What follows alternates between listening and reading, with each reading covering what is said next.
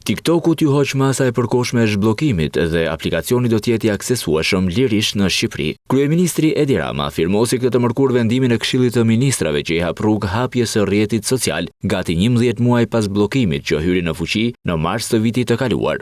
Heqjen e masave të përkohshme për ndërprerjen e aksesit në platformën online TikTok në territorin e Republikës së Shqipërisë, pas adresimit të problematikave në fushën e sigurisë publike dhe sociale në mjedisin digjital. Sipas qeverisë, zhbllokimi i TikTok vjen pasi janë adresuar problematikat e hasura e njëkohësisht ngarkon autoritetin kombëtar për sigurinë kibernetike që të marrë veprimet e nevojshme për heqjen e masave të mëparshme. Qeveria shqiptare vendosi bllokimin e TikTokut pas rreth një viti diskutimesh me përfaqësues të platformës për problematika të lidhura me sigurinë, veçanërisht te të miturit dhe fenomenet e bullizmit online. Tema u hap pas ngjarjes së rëndë pranë shkollës Fannoli në Tiranë, ku një konflikt i nisur në rrjetet sociale përfundoi me pasoja fatale, çka përshpejtoi reagimin institucional. Vendimi për mbylljen e përkohshme të platformës ngjalli reagime të forta nga opozita dhe organizata të shoqërisë civile, të cilat e cilësuan masën si censur dhe e kanë goditur vendimin në gjykatën kushtetuese. Por teksa TikTok hapet, kreu i grupit socialist Auland Balla në seancën parlamentare të së martës propozoi masa shtesë për përdorimin e rrjeteve sociale. Balla theksoi se do të ishte i gatshëm që të votonte pro ndalimit të rrjeteve sociale për personat nën 16 vjeç.